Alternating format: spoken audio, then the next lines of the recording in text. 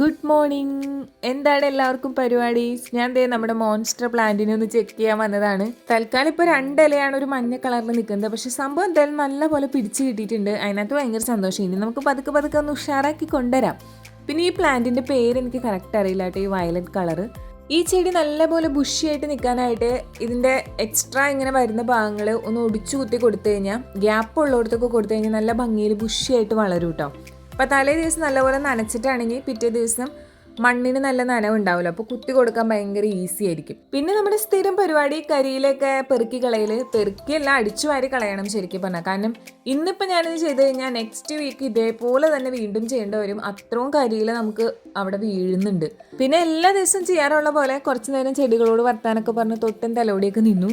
പിന്നെ മാങ്ങ പറിക്കാനുണ്ടായിരുന്നു. നമ്മുടെ മൂവാണ്ടന്മ അത്യാവശ്യം മാങ്ങയുണ്ട്, പക്ഷേ ഈ മാവുമ്പോൾ അത്ര കുറവാണ്. പിന്നെ ഇന്ന് ചമ്മന്തി അരയ്ക്കാൻ വേണ്ടി ഞാൻ ഒരെണ്ണം പറിച്ചിട്ടുണ്ട്. അപ്പോൾ എല്ലാവർക്കും ഹാവ് എ നൈസ് ഡേ.